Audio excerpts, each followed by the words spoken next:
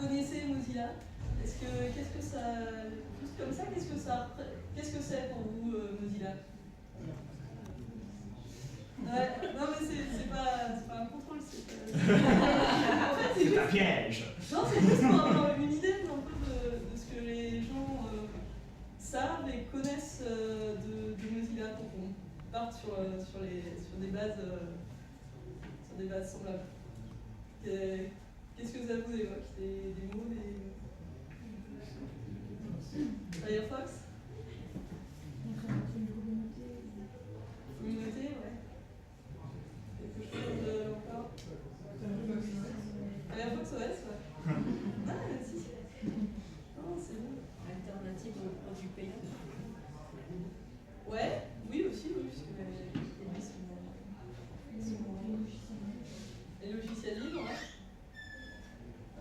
En fait, on va commencer un petit peu puisque donc notre groupe, c'est Women and Mozilla, donc c'est les femmes et Mozilla. Donc, les femmes, je pense qu'on a à peu près cerné, mais je vais vous parler un petit peu de Mozilla quand même. Donc en fait, c'est une organisation à but non lucratif. Je ne sais pas si vous le saviez, par opposition à par exemple Google ou Facebook, à toutes les entreprises de la Silicon Valley, etc. Mozilla est une organisation à but non lucratif, donc non-profit organisation américaine. Donc elle a été créée en juillet 2003, donc juste 10 ans, sur les ruines de Netscape en fait, quand AOL a dégagé tout le monde chez Netscape, ils ont laissé aux anciens employés quelques serveurs, le code source de Mozilla. Et c'est devenu ce que c'est maintenant. Donc maintenant c'est 700 employés à travers le monde. Donc c'est une organisation américaine, mais c'est des employés à Paris, à Berlin, à Toronto, en Nouvelle-Zélande, à San Francisco, à Mountain View, et des délocalisés partout, ouais, dans pas mal de pays. Et c'est aussi une communauté vraiment mondiale. Donc c'est aussi les bénévoles. Donc ils ont toujours le même, depuis le début en fait, le même intérêt, le même but, c'est de construire le web dont le monde a besoin. En fait, ils font Firefox comme un navigateur, mais c'est pas tellement pour le produit, c'est pour le web, pour Internet, pour essayer de conserver un web ouvert, et surtout le web dont le monde a besoin et pas celui que voudraient bâtir d'autres entreprises qui sont plus profit, disons. Ok, donc en fait ça veut dire, on entend souvent parler d'ouvert comme de logiciel libre, un web ouvert, qu'est-ce que c'est? Ça veut dire quoi en fait? Ça veut dire, l'idée c'est qu'on peut le connaître, c'est-à-dire pas seulement le lire, c'est pas juste une télévision, c'est aussi connaître dans le sens de savoir qu'est-ce qu'il y a, qu'est-ce qu'on peut voir, mais qu'est-ce qu'il y a derrière, les serveurs, toute l'architecture, etc., comment c'est agencé, et comment en fait on peut le faire. Il faut qu'il soit interopérable, c'est-à-dire c'est dans la mesure où que vous ayez un ordinateur, un téléphone, une certaine console de jeu, une télévision connectée, etc., vous puissiez avoir accès à tout, que vous ne soyez pas limité par le fait que vous avez, mettons, un ordinateur Apple et du coup vous auriez accès qu'à une partie du web. Ou alors si vous êtes avec un fournisseur d'accès, vous avez accès qu'à une partie, mais pas à d'autres parties. Si vous voyez un petit peu ça comme vous avez votre télévision, mais si vous n'avez pas un abonnement à un fournisseur satellite, vous n'avez pas toutes les chaînes. Sur Internet, on n'a pas ça. Sauf à être dans un pays avec des restrictions, on a accès à peu près tout ce qu'on veut. Un site existe, on peut y aller. Donc, il faut que ça soit interopérable. Et en fait, l'important là-dedans, c'est qu'il faut qu'il appartienne aux gens, qu'on le fasse nôtre en fait.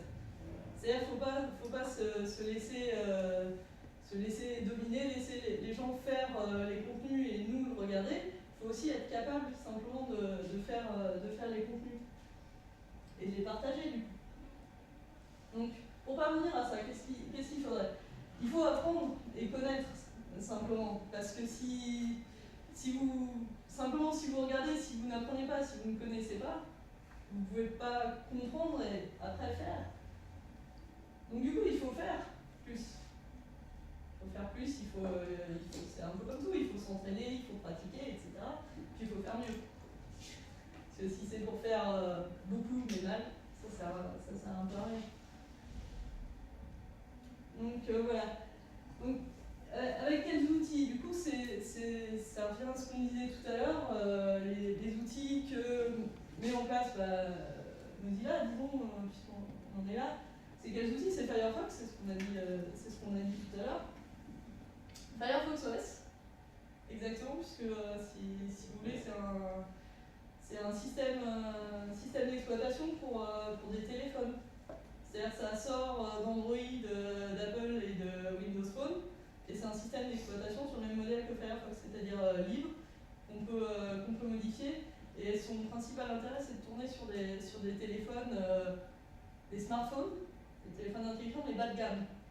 C'est-à-dire pas un iPhone à 500-600 €. Et l'intérêt, c'est d'aller vers les gens qui sont dans des pays, soit les pays en voie de développement, où le niveau de vie ne permet pas à la majorité des gens de s'acheter un iPhone ou un Samsung S4, par exemple. Et du coup, de pouvoir avoir un smartphone quand même petit modèle avec un logiciel, avec un OS qui tourne dessus, avec un magasin d'applications qui va avec, et d'avoir tout d'un coup, quoi, en fait.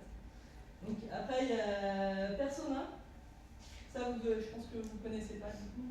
C'est un système d'authentification pour les sites web. Je pense que vous avez déjà vu sur des sites, vous allez sur n'importe quel, peut-être pas n'importe quel, mais un site par exemple, et ça vous propose de vous connecter avec votre compte Facebook, ou de vous connecter avec votre compte Google.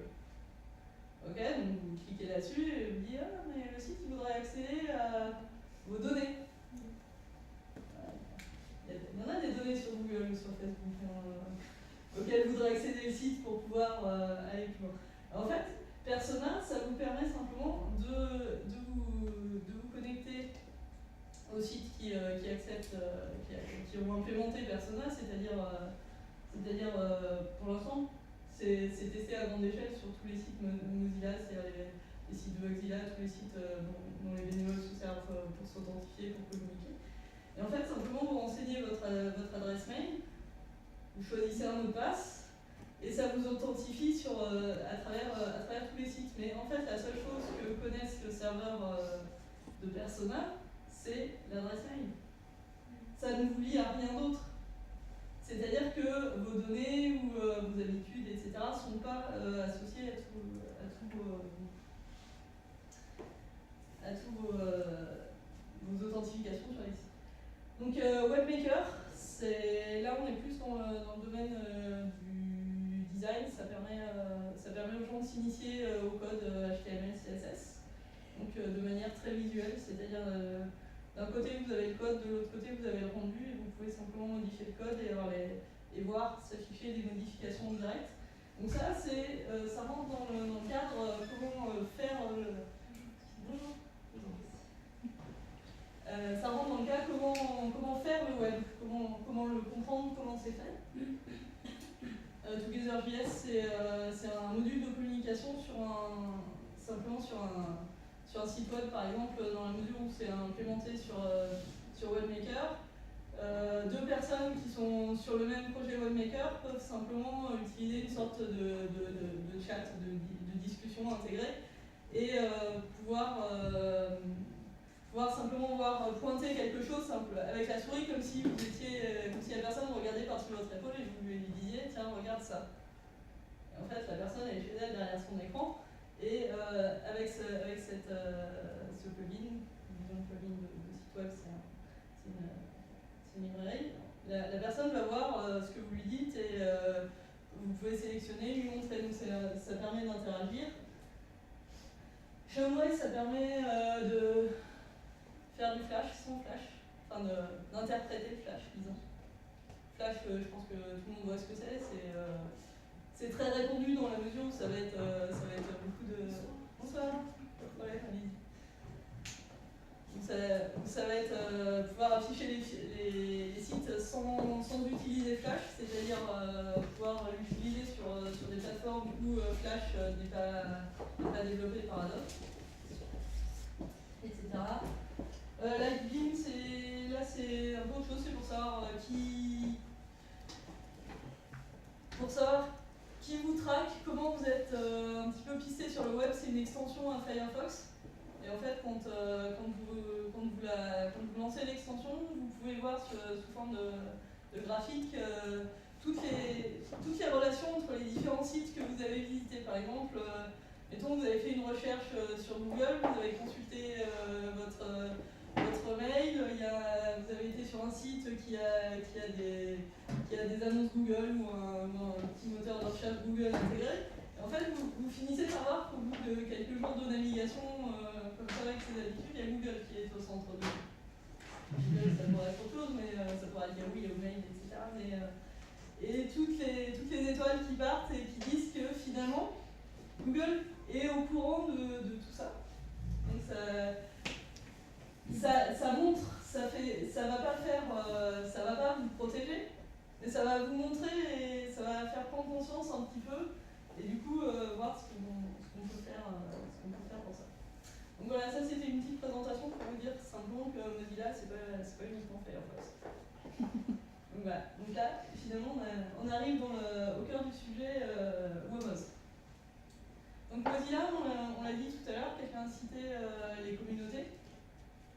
Donc, je vous ai dit, c'est 700 employés dans le monde, mais ça va être 10 000 contributeurs occasionnels d'un peu partout, de tous les pays du monde. Je disais, ça fait 10 ans que je contribue à Mozilla, et là, ces dernières années, on rencontre des gens, on a eu l'occasion, on a eu la chance de pouvoir faire des réunions avec des contributeurs de partout. On en a eu une en début octobre, on était 1800.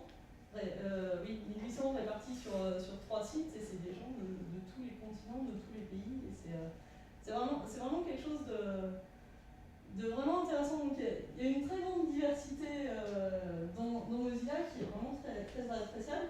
Et en fait, ce qu'on aimerait mettre en place un petit peu, c'est vraiment bien mettre le groupe. En fait, des femmes, essayer de voir un peu comment on peut favoriser les femmes chez Mozilla. Et après, pour l'instant, chez Mozilla, on va pas encore s'attaquer à tout le logiciel libre, tout le monde du web, mais qu'est-ce qu'on peut faire voilà. Donc en gros, Womoz, c'est qui? Parce que je pense que vous n'en avez pas vraiment entendu parler à part aujourd'hui pour l'annonce. Donc en fait, on est des femmes, non, ça c'est pas une grande découverte, mais majoritairement, on accueille aussi des hommes quand même, parce que après tout, faut quand même faire ce qu'on dit, donc faut accueillir les minorités, n'est-ce pas? Qui viennent de Mozilla majoritairement, et qui viennent aussi d'autres projets libres. D'accord, donc, et qui viennent d'un peu partout, vous verrez tout à l'heure. On n'est pas sectaire non plus, on partage les tâches. Donc, voilà. Pour ceux qui ne connaissent pas, je vous présente Tristan Lito, qui a été fondateur de Mozilla Europe, qui est un des grands chez Mozilla, très connu, et pourquoi on lui fait faire la vaisselle. Donc, quel est notre but? Donc en fait, ce qu'on veut, c'est augmenter la diversité homme-femme dans les communautés Mozilla. Donc à la fois dans les communautés et aussi dans l'entreprise, dans l'organisation Mozilla. Donc, compte tenu des proportions actuelles, il ne faut pas se cacher non plus quand même, ça veut dire plus de femmes. Ça, c'est une grande évidence, mais bon, quand même, Mozilla n'est pas non plus dernier. Donc, c'est une histoire aussi de diversité. Alors pourquoi la diversité, pourquoi c'est important la diversité? Après, bon, je vous ai mis une phrase, on quitte un jour de l'uniformité. si on a une pensée unique, etc., si on sort pas de ça, si on reste en fait enfermé dans un groupe, tout le monde d'accord, etc., clairement on s'ouvre pas aux autres et ça peut poser quand même quelques soucis, quoi, parce que si vous confiez, sérieux, vous cherchez jeux pour filles sur internet, c'est le premier qui tombe, ça ressemble à ça.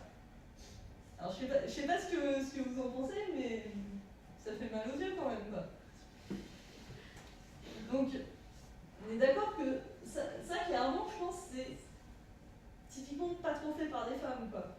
On est en période de Noël, je pense qu'on a tous à un moment vu des pubs de jouets, bon, peut-être moi plus parce que j'ai des enfants, mais des pubs de jouets, soit à la télé, soit sur les catalogues. Alors, vous avez les jouets pour garçons, les jouets pour garçons, il y a un peu de tout, machin, il y a un peu de toutes les couleurs, et il y a les jouets pour filles, et c'est rose.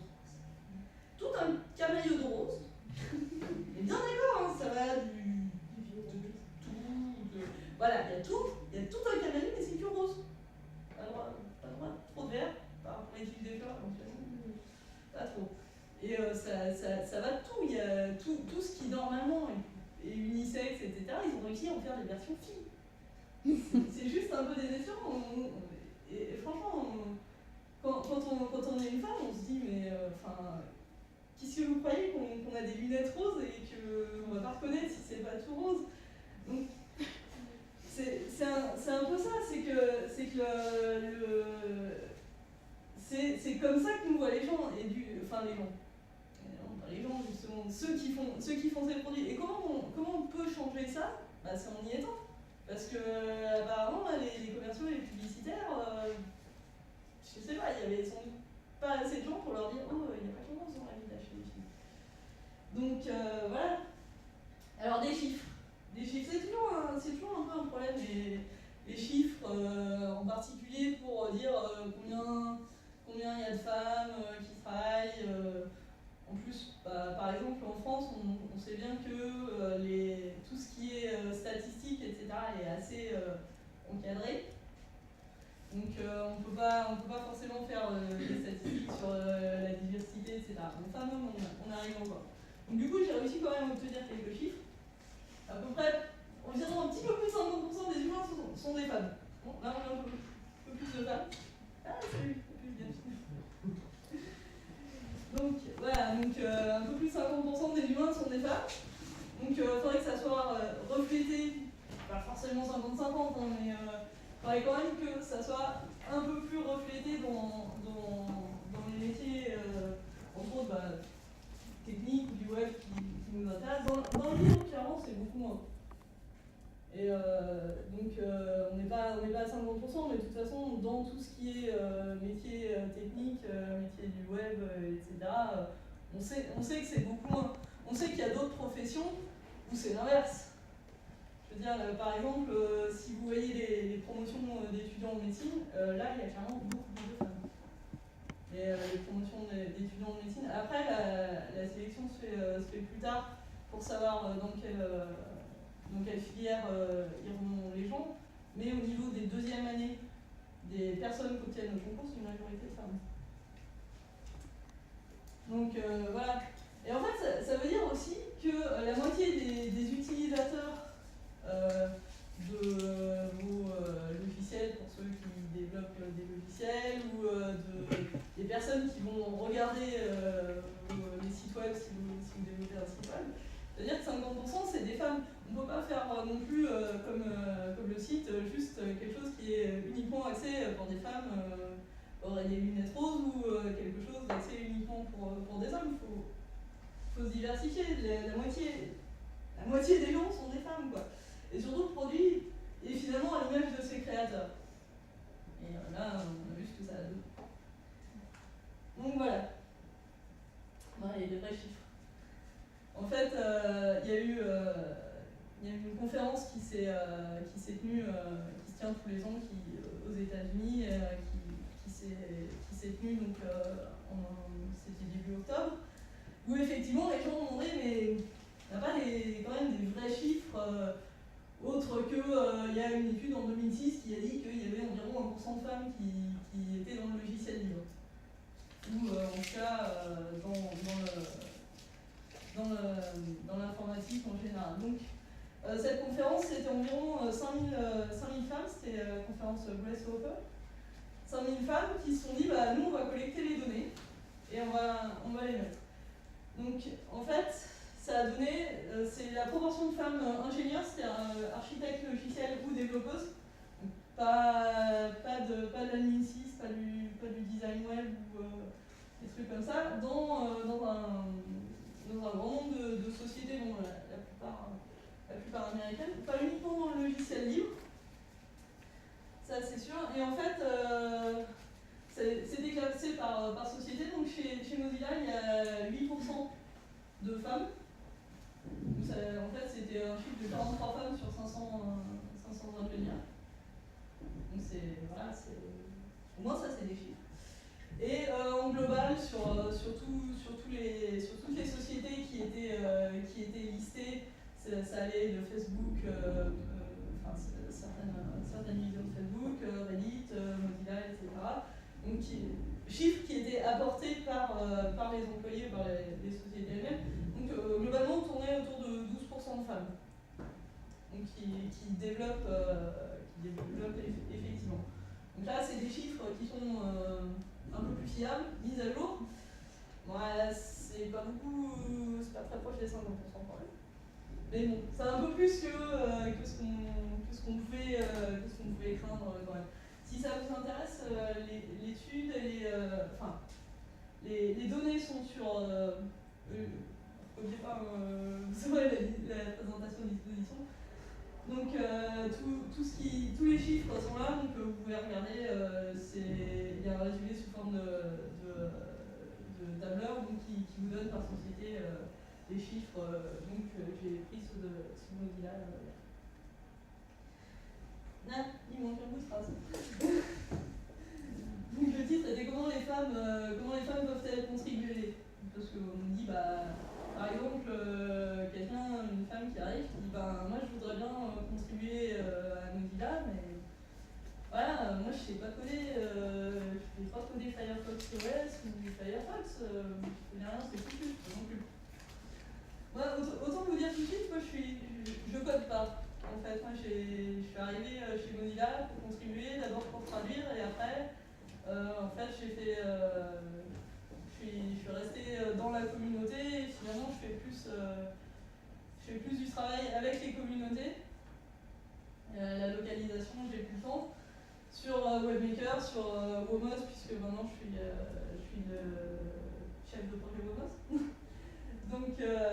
Donc finalement, on peut très bien contribuer à Mozilla sans être développeur. Et les femmes, il y en a plus que 12% qui bossent chez Mozilla si on compte tout ce qui est autre que développement pur et dur. Et ce qu'on peut faire, on peut rapporter des bugs, tu peux coder, il y a pas de raison quand même. Parce que je ne le fais pas pour ça. Il y en a. On peut faire du design, on peut faire de la documentation. C'est pas forcément la tasse de thé de tout le monde, mais le code non plus. On peut faire organiser des événements. Ça, moi j'aime bien, c'est mon grand truc, c'est quelque chose que je peux faire. La localisation, par contre, j'ai dit localisation, je ne sais pas si ça parle à tout le monde, c'est en fait le fait de traduire les logiciels. Le logiciel ou site, et en fait de les traduire et de les adapter au pays ou à la zone régionale. Donc du marketing aussi, du support. J'en ai fait aussi, c'est les forums, répondre aux questions des utilisateurs, etc. Donc, voilà, ça couvre à peu près tout. Parce que l'idée, c'est de se dire, en fait, on n'est pas différents, on peut faire tout, il n'y a pas de raison. On nous dit tout le temps, oh mais bon, les femmes, c'est pas. C'est à cause de moi. Bonjour, pas de soucis. Voilà disons que le système où en tout cas on nous dit souvent soit les informaticiens, soit les communautés, soit ont tendance à être assez renfermée sur elle-même, vous comprenez, c'est des geeks, etc. C'est très masculin comme milieu. Il y a un article qui est sorti il y a peu qui disait que le logiciel libre est un milieu encore plus masculin et encore plus blanc, dans la mesure, par opposition à toute la diversité, que le logiciel propriétaire. Alors après, on s'appuie sur différents chiffres, etc. Après, je pense que ça dépend aussi de quel logiciel on parle, de quelle communauté, s'il y en a, dans quelle mesure. Évidemment, si c'est deux personnes qui sont en train de développer un logiciel qui n'a pas de communauté et que c'est deux hommes blancs, c'est un peu moins diversifié. Mais bon, en fait,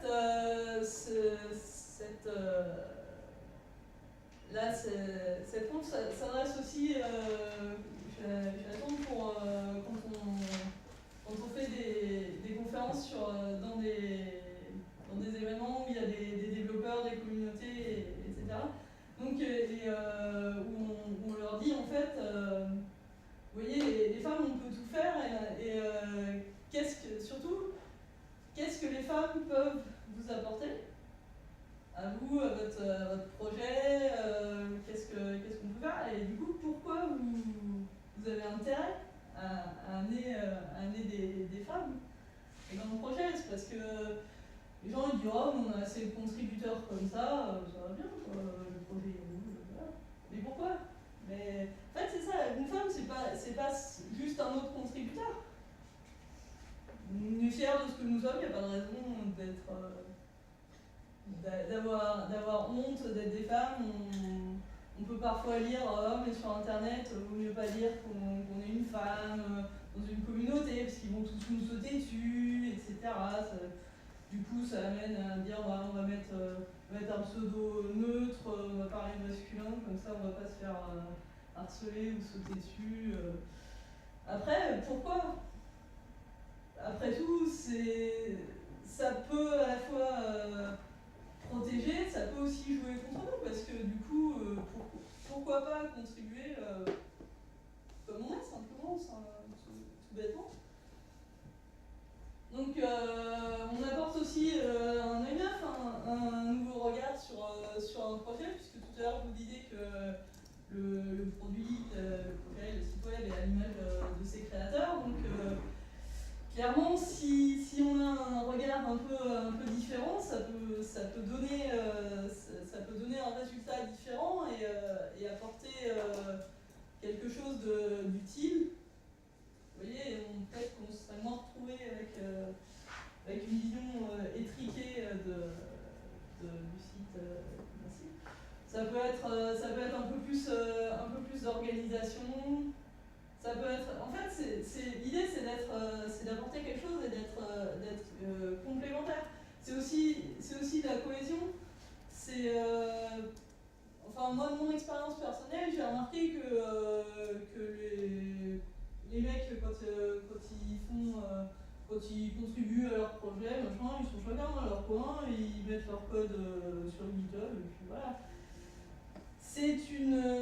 C'est pas réellement une communauté, c'est dans la mesure c'est quelques personnes qui bossent ensemble par l'intermédiaire d'internet, qui discutent sur IRC quand ils ont besoin, mais ça n'en fait pas une communauté dans la mesure où il n'y a pas réellement de cohésion.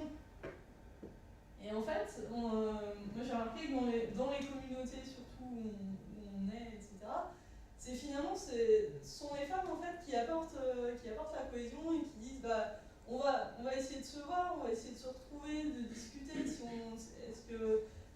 on va tous à cet événement, est-ce que ça vous dit de se voir, de se rencontrer, de faire quelque chose ensemble? Et finalement les autres ils disent oui, pourquoi pas, c'est une bonne idée. Et en fait, c'est quelque chose qu'ils apprécient, qui est apprécié, mais qu'en fait, en tout cas, les contributeurs, les autres n'auraient pas fait de même. Et c'est quelque chose que j'ai fait et que j'ai remarqué aussi. Donc, ça apporte un petit supplément d'âme, en fait, simplement. Ça apporte du sang neuf, quelque chose d'un un peu nouveau, quoi. Alors après, faut commencer tôt. Ça, c'est sûr. Plus on commence tôt, mieux c'est. C'est-à-dire, c'est bien quand on commence soit pendant les études, parce que souvent on dit ah mais les femmes, elles ne savent pas se servir d'un ordinateur. Pourquoi? Si on apprend tôt, si on apprend au même moment, après c'est souvent ce qu'on est, c'est parce que on n'a pas forcément les mêmes les outils en main, etc. Mais bon, je dis, il y a moyen. Il va peut-être falloir un peu modifier l'ordinateur pour qu'il soit un peu plus fonctionnel, mais voilà quoi. Donc là, l'autre idée c'était peut-être plus axé pour les communautés différentes, c'était comment attirer des femmes maintenant qu'on leur a montré l'intérêt d'avoir des femmes, que c'était bien, que ça allait rendre leur projet tout beau et tout. Comment les attirer? Bah oui, ça on n'y échappe jamais. Hein. La règle numéro 1, si vous voulez faire fuir. Là, on n'est plus seulement en fait dans l'opposition homme-femme. Si vous voulez faire fuir quelqu'un, soyez désagréable. C'est juste ça. Quelqu'un qui arrive, qui dit sur l'IRC, sur un forum, sur une liste de discussion. Bonjour, je suis un nouveau contributeur, j'aimerais participer au projet, etc. Le gars il se fait refouler ou il se fait vanner, il ne revient pas. Une femme qui arrive, qui fait bonjour, je suis une nouvelle contributrice. Si les gars ils commencent à la draguer lourdement, elle ne revient pas. C'est juste ça. Donc ça c'est la règle numéro 1, mais ça devrait même pas être mentionné finalement. Donc après soyez sociable et accueillant. Après j'ai bien conscience qu'en général on s'adresse à des geeks. Sociable et accueillant, on n'a pas forcément la même. Toujours la même, mais juste bonjour, hein, ça suffit déjà, c'est bien. Donc, en fait, c'était, voilà, si vous voulez que les femmes viennent, bon, faites en sorte qu'elles se sentent les bienvenues. Et il y a une chose qui est très fréquente, en tout cas dans les logiciels libres, peut-être que je ne sais pas si vous avez déjà vu ou quoi, c'est que il y a un truc, c'est les t-shirts. On porte tous, j'en ai un, tous les projets, si vous avez un projet, il faut un t-shirt. Ça va avec, deux sont indissociables, on est fiers du projet qu'on fait, donc il y a des tas de t-shirts, etc. Et la plupart sont des t-shirts dits unisexes. Donc voilà, c'est un gros problème. Et c'est quelque chose qui revient, je veux dire, quelqu'un un jour a fait une présentation chez Mozilla et dit le marketing pendant des années, ça a été t-shirt. Ouais, on a sorti une nouvelle version de Firefox. Ouais, on va faire un t-shirt. Ça a été ça, des t-shirts Firefox 1, 1.5, 2, 3, 4, ils sont arrêtés de les numéroter après quand les versions ont commencé à sortir toutes les systèmes. Ça va plus loin, il y a marqué Firefox. C'est tout, mais enfin c'est ça, les t-shirts, c'est des piles comme ça, c'est un t-shirt Firefox.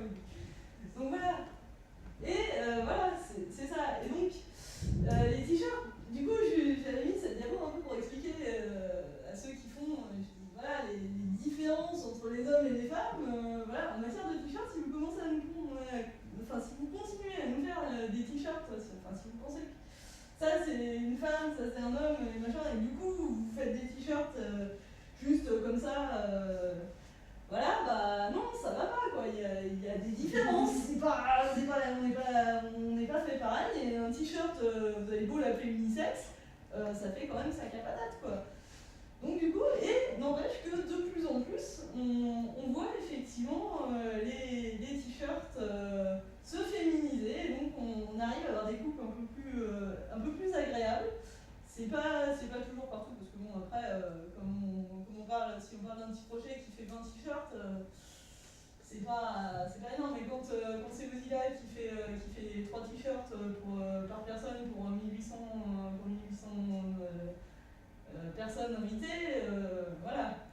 On a le droit d'avoir tout. Non, parce qu'avant on avait quand même toutes les tailles, il y avait quand même 2S. Oh bah si S, unisexe, ça vous va? Bah non, je porte pas du S, c'est toujours droit. Donc c'était ça. Donc ça commence quand même à bien rentrer dans les mœurs.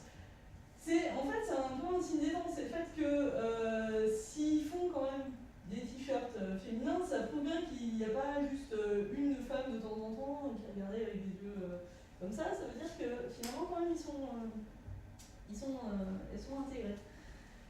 Donc voilà, c'était ça. Donc après, Womos, au niveau de la communication, on a les réseaux sociaux, et, que ce soit IRC, Twitter ou la page Facebook, vous avez juste à chercher. Il y a une liste de diffusion aussi qui change les mails, quoi, c'est pas... On fait aussi des conférences dans des événements internationaux ou locaux. Donc locaux, ça va être comme ici, ça va être comme quand je suis à Lyon et que j'en fais.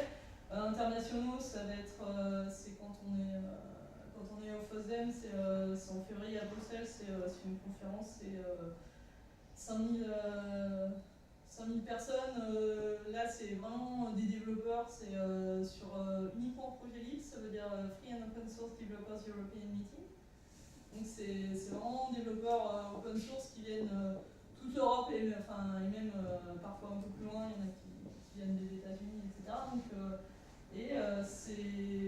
je vais encore en proposer une cette année, j'en ai fait une l'année dernière.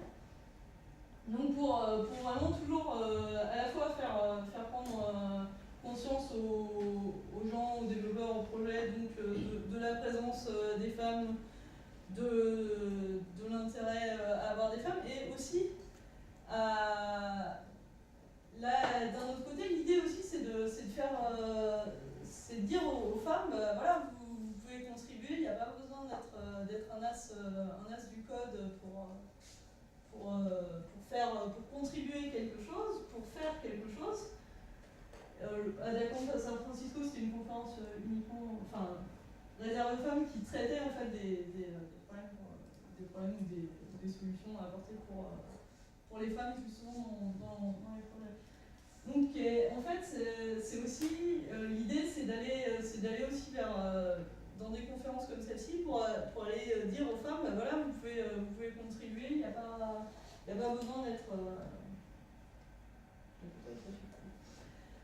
il n'y a pas besoin d'être un grand soit geek, soit codeur, vous pouvez contribuer dans la mesure de vos moyens, c'est pas uniquement du code, ça peut être un peu de tout. Et en fait, faut vous affirmer, faut pas être effrayé de contribuer. Les gens qui sont dans ces projets sont des geeks, on est bien d'accord, mais la plupart c'est quand même des gens sympas, ils sont... Justement, on essaye de leur expliquer que c'est bien aussi d'avoir des femmes, donc il faut un peu travailler des deux côtés. Alors concrètement, on aimerait bien aussi faire un peu moins de blabla, un peu plus d'action. Ça c'est quelque chose qu'on veut mettre en place. Donc on soutient alors les communautés locales, c'est-à-dire les communautés Mozilla, que ce soit par exemple les derniers événements, c'était Sénégal, Côte d'Ivoire. Et en fait, dans chaque événement qu'ils font sur Mozilla au niveau local, essayer d'avoir à chaque fois des femmes qui font la promotion de Womos, pas uniquement auprès des femmes qui assistent aux conférences développeurs, mais aussi auprès du public pour aider en fait les femmes dans le public simplement à s'intéresser un petit peu plus à l'informatique, etc. Donc en fait toujours l'idée de reprendre un peu la main sur Internet, etc. Donc on participe à des événements, par exemple Rails in Warsaw, c'est une conférence sur Ruby and Rails à Varsovie.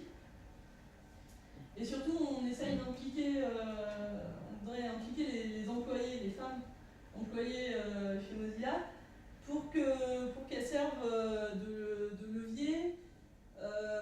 Pas seulement pour faire recruter d'autres femmes, mais pour encadrer des stages donc dans les différents services où elles travaillent, que ce soit au support, que ce soit à la documentation, que ce soit en marketing, en code, etc.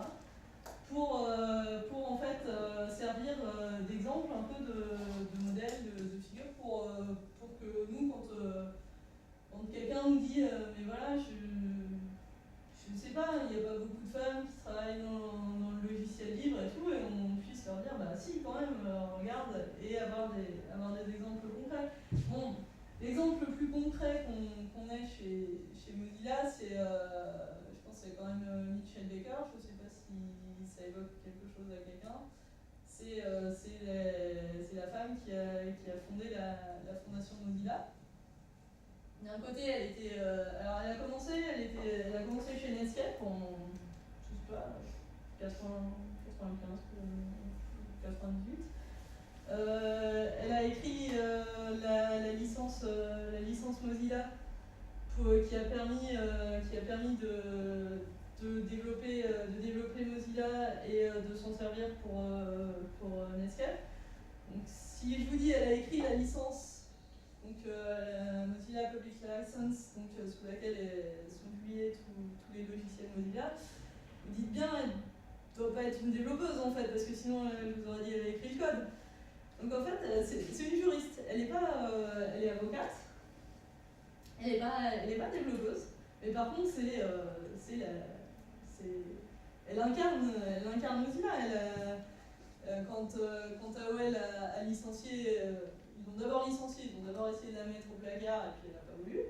Et après, quand la division Netscape a été virée par AOL, c'est elle qui a créé la fondation de toutes pièces, qui l'a dirigée, et après qui est toujours au bord chairperson de la fondation, et donc qui chapeaute tout. Enfin, elle n'est pas non plus. Qui chapeaute, qui reste quand même la référence, qui va aussi qui va faire les conférences, qui va représenter Mozilla. Donc d'un autre côté, Mozilla est tout simplement représenté par une femme, et je peux vous dire c'est quand même quelqu'un de vraiment intéressant. Et du coup, on a cet exemple-là, mais c'est un peu on ne peut pas tellement la citer en exemple dans la mesure où on ne peut pas tellement tous lui ressembler, on ne peut pas tellement tous s'identifier à elle. Donc voilà. Et en fait, notre idée aussi, c'est d'aller à la rencontre des gens. Donc dans la mesure où ça ne sert pas forcément à grand chose d'aller prêcher des convertis, c'est-à-dire de se réunir toutes les femmes qui sont dans le logiciel libre et de se dire il faut plus de femmes dans le logiciel libre, et du coup c'est ce qu'on disait au début, si on reste tous ensemble et qu'on a toutes les mêmes idées et qu'on est tous d'accord, on va pas avancer beaucoup. Donc du coup l'idée c'est d'aller vers les autres, c'est d'aller parler de Mozilla, des femmes dans les métiers du web, des femmes chez Mozilla. Donc d'aller dans les écoles, collèges, lycées, les universités, puis enseigner. D'accord, on a dit moins de blabla et plus d'action, mais il faut quand même parler, il faut quand même se faire connaître, il faut essayer de faire des choses, quoi. Donc voilà, Womos en image, alors c'est un peu pour vous donner une idée de ce que c'est de qui sont Womos, le comité. Donc on est 6 à essayer de coordonner un peu tout ça. Donc c'est Faye qui est aux Philippines. Donc c'est moi qui suis à Lyon. C'est Johanna qui est en Roumanie. C'est Magda qui est à Alger. C'est Maïkan qui est au Canada. C'est Milek qui est en Tunisie. Et ça c'est quelques femmes chez Mozilla. Donc on était à Londres au MozFest, et comme je vous ai dit, quand même on n'est pas trop sectaire. Ces deux-là ils essayent bien de passer inaperçus, mais c'est pas trop des femmes quand même. Ah oui, non, ils passent pas inaperçus, c'est mieux. Donc voilà. Si vous avez envie de nous rejoindre, on a le site Womos, qui a besoin sérieusement d'un gros coup de peinture, qui a besoin pas juste d'un coup de peinture, qui a besoin d'être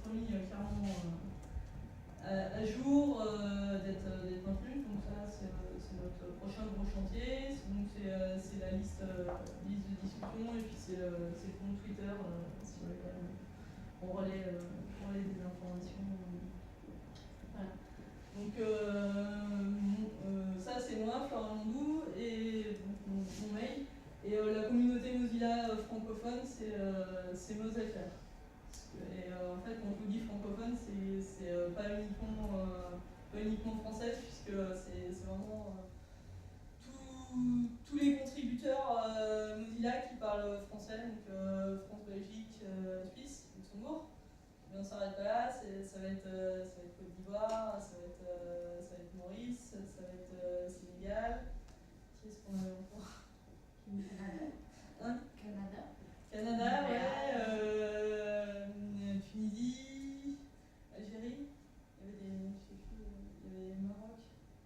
Ouais. Alors, enfin, on s'était fait il y a 6 mois, fin juin, une grosse réunion à Paris de tous les contributeurs francophones. On était 80 et qui venions d'un peu partout, de Paris et de l'île Maurice. Donc voilà, c'est vraiment l'intérêt de ça, c'est vraiment la diversité, c'est d'essayer d'apporter vraiment de la diversité. Donc je vous ai beaucoup parlé de Mozilla parce que c'est vrai, c'est le groupe les femmes et Mozilla. Et l'intérêt, la diversité au niveau régional, dans la communauté, on l'a, et on essaye un peu d'augmenter la diversité homme-femme, parce que pour nous, ça nous paraît important.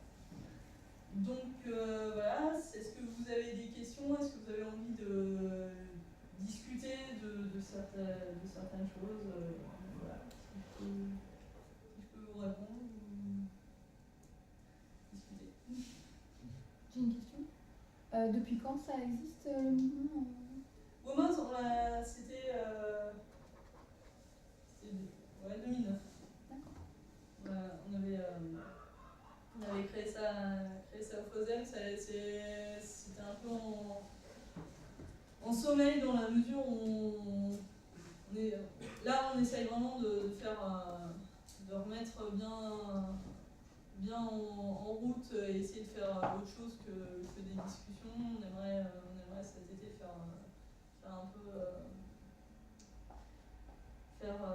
participer en fait au Google Summer of Code, et en fait Mozilla participe au Google Summer of Code chaque été, mais avoir des projets encadrés par des femmes et favoriser les femmes dans cette accession au stage et au Summer of Code. Je ne sais pas si vous avez une idée de ce que c'est les Google Summer of Code.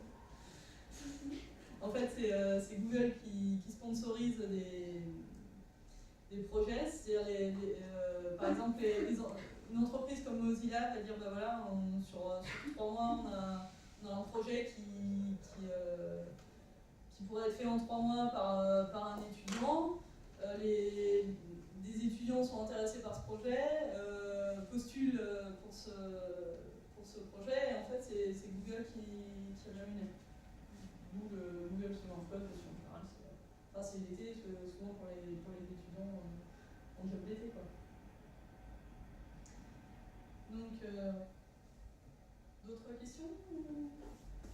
Remarques? Oui. Vous l'avez déjà dit plus tôt quand j'étais pas là, mais pourquoi, à votre avis, il y a si peu de femmes en fait, aujourd'hui dans le web, et est-ce qu'on a très peur ou qu'est-ce qui se passe, quoi? Comment ça se fait quand on arrive à une situation où on est si peu au final? Voilà, alors il y a plein d'hypothèses pourquoi il y a peu de femmes. Alors il y a pourquoi en fait on essaie, déjà même au lycée on ne va pas forcément vers les mêmes filières. Il y a déjà de l'orientation là-dessus, clairement. Je veux pas dire que c'est un peu décidé dès le départ, mais c'est ce qu'on disait aussi. Il y a quand même un certain formatage qui fait que je vais peut-être être très cliché en disant les garçons ils jouent au mécano et les filles elles jouent à la poupée. c'est ce qu'on voit en ce moment dans les magasins de jouets, etc.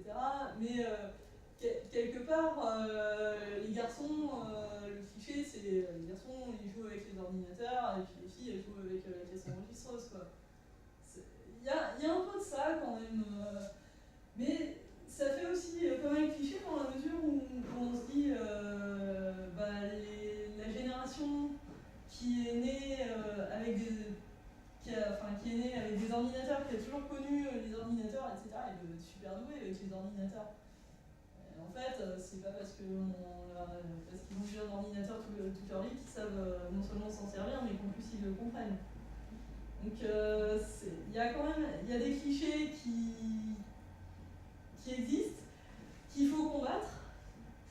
Mais en fait, je pense que les formations, on les voit, pourquoi il y a peu de femmes dans les métiers du web, c'est aussi parce que je pense qu'il y a peu de femmes dans les formations qui mènent à ces métiers. Parce est-ce qu'elles sont pas orientées dans ces filières-là? Alors est-ce que c'est mettons le lycée qui les oriente pas vers ces filières-là? Ou est-ce que c'est qu'on leur a toujours répété mais les femmes elles y connaissent rien aux ordinateurs? Est-ce que par contre ça c'est quelque chose qui existe en France. Par contre en Tunisie ou en Algérie quand on discutait, là il y a beaucoup plus de parité. Dans les universités avec des cursus informatiques ou techniques, il y a à peu près la parité, il y a environ 50% de femmes. C'est pas une fatalité. Non, c'est pas une fatalité. Mais c'est pour ça, c'est pas. Justement, c'est pas une fatalité. On n'est pas. C'est pas. Notre cerveau, il n'est pas différent celui des hommes. C'est pas. Il y en a pas qui seront mécanos et les autres qui seront infirmières. C'est ça aussi. On en est tout à fait capable. On le sait, quoi. C'est simplement que faut y arriver, faut aussi s'affirmer en disant moi je veux faire ça, ce qui n'est pas forcément simple au lycée, à l'adolescence, où c'est quand même plus simple de suivre le courant que d'aller à contre-courant. C'est ça aussi, c'est aller là où va tout le monde parce qu'on t'a dit mais toi tu ferais mieux de faire ça. Après tout, il faut pas non plus toujours faire le contraire de ce qu'on nous dit, c'est ça aussi, il faut toujours trouver une balance, arriver à trouver là où on sera bien. Faut pas dire non plus à toutes les filles joue au Lego et tu seras pilote de ligne. Je veux dire, il faut tout pour faire un monde, c'est très, très bateau comme phrase, mais voilà. Mais faut pas se dire ah non, c'est pas pour moi, je suis une fille. C'est ça aussi, quoi. C'est quelque chose qui s'appelle, j'ai appris ça en fait il y a pas si longtemps, qui s'appelle le syndrome de l'imposteur. En fait, c'est penser que on n'est pas assez doué pour ce qu'on fait. C'est-à-dire que on est à une place et puis on se dit non mais ils vont bien finir par s'apercevoir qu'en fait je suis pas à ma place, que je vais pas y arriver. Et c'est des gens qui disent ça, qui sont quand même des gens très, très compétents dans leur domaine, etc., mais qui minimisent leur truc, qui font non mais ouais mais je fais ça, mais bon, voilà, je suis pas un pro non plus, tu vois, voilà. Et c'est minimiser ce qu'ils font, leur contribution, voilà, et ça, on trouve ça, on peut voir ce syndrome chez tout le monde, mais en particulier on le voit chez les femmes. Et là ça par contre c'est peut-être aussi une question d'éducation, dans la mesure où les garçons sont plus ça va être méchant, vantard, mais ont plus d'assurance, ouais, et ont plus tendance à dire bah voilà, moi j'ai fait ça, je sais faire ça, et tout, etc. Et les femmes savent le faire, mais vont pas le mettre en avant. Et c'est aussi peut-être pour ça que ça va les desservir,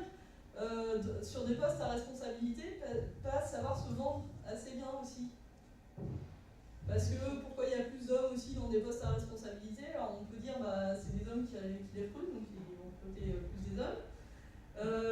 Les femmes ont eu moins de temps parce que bah, elles sont occupées de la famille. On est dans les clichés, hein, c'est toujours ça. Et parce que voilà, elles ont moins fait leur carrière, etc. Mais aussi ça peut être parce que simplement elles savent moins se vendre pour un poste, et deux personnes avec des compétences équivalentes, un homme et une femme, il y en a disons deux personnes sans être là. Il y en a un, les deux ont des compétences équivalentes, il y en a un qui va savoir se vendre et l'autre qui va minimiser ses compétences. Le recruteur, il prend qui? Celui qui a réussi à se vendre. L'autre n'est pas moins compétent, il est juste moins. C'est moins bien vendu. C'est un problème de culture aussi, parce qu'il y a. Oui. C'est une perception qu'une femme qui sait se vendre, c'est mal placé, parce que c'est une perception historique que voilà, une femme devrait ne pas vanter ses qualités parce que c'est mal vu, lorsqu'un homme c'est moins gênant. Oui, mais c'est ça. On est en plein dans le cliché, dans du sexisme. C'est-à-dire sexisme dans la mesure où on dit on oppose deux choses par rapport au sexe en fait. C'est vraiment ça. C'est simplement, oui, voilà, on va pouvoir trouver ça dans des tas de sketchs humoristes qui mettent en avant ça et qui en général touchent vraiment le fond du problème, que ce soit humoriste homme ou femme, en disant, bah voilà, quand une femme fait ça, voilà, et quand un homme fait la même chose, c'est autre chose. La perception, effectivement, n'est pas la même parce que c'est une question de culture. On n'arrivera pas à changer, complètement, je veux dire. Mais par contre, pensez à une chose. À quoi il faudrait arriver qui serait un jour, on se présente, je dis bah, bonjour, je m'appelle Flore, je suis ingénieur développeur chez Moniga. Voilà. Et le gars il fait bah bonjour, voilà. Actuellement, ouais, je suis un ingénieur développeur. C'est une femme.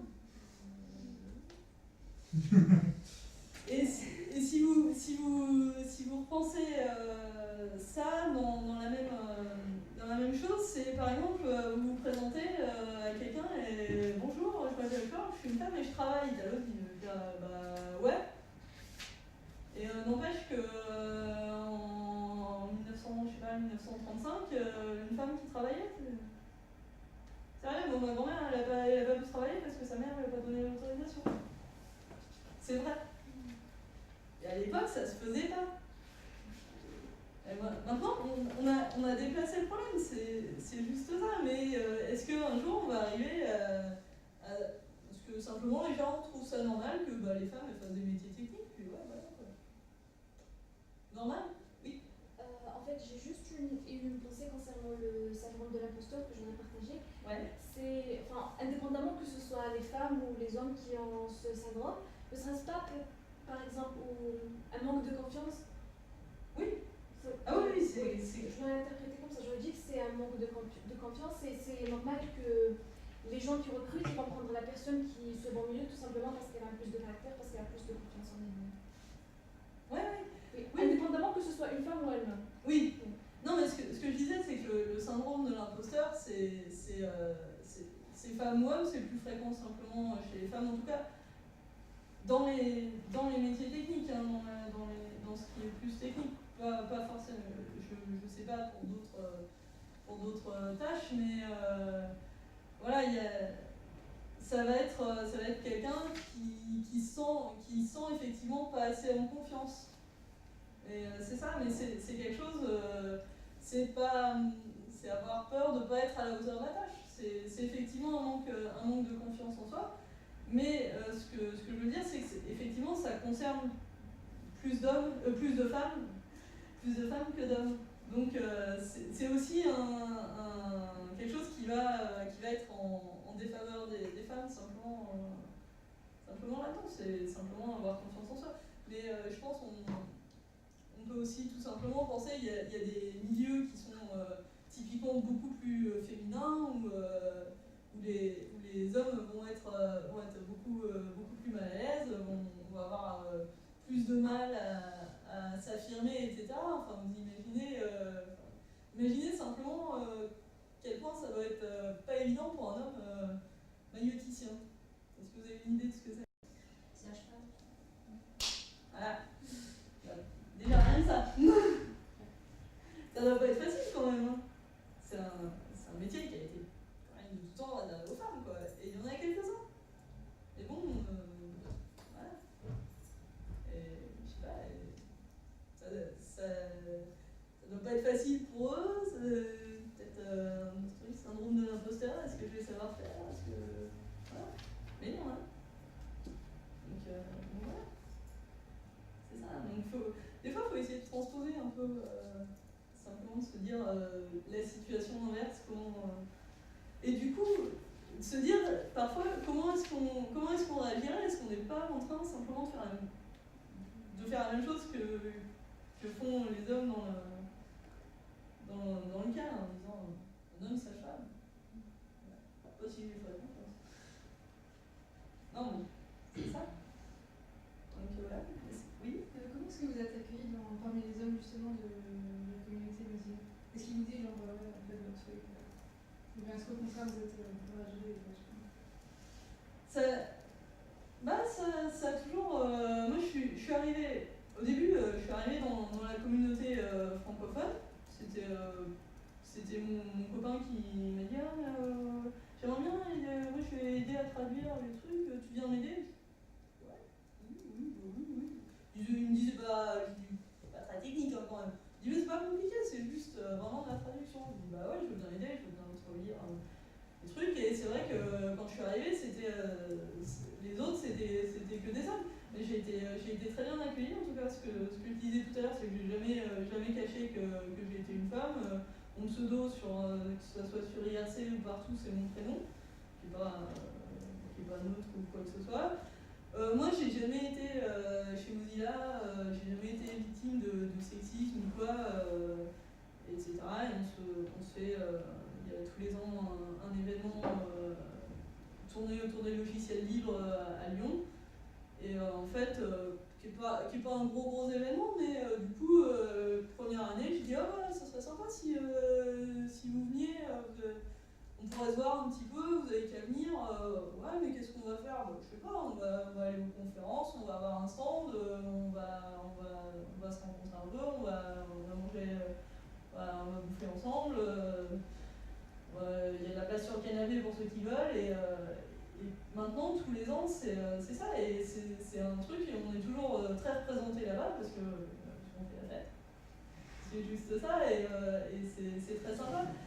Et en fait, du coup, au départ, on était 10 à vraiment être la communauté francophone, puisqu'on avait des Belges et des Suisses. Et puis maintenant, on arrive c'était plus de 80 quand on s'est vu en juin. Il y a des femmes, il y a des hommes, donc on est de tous les pays. Moi,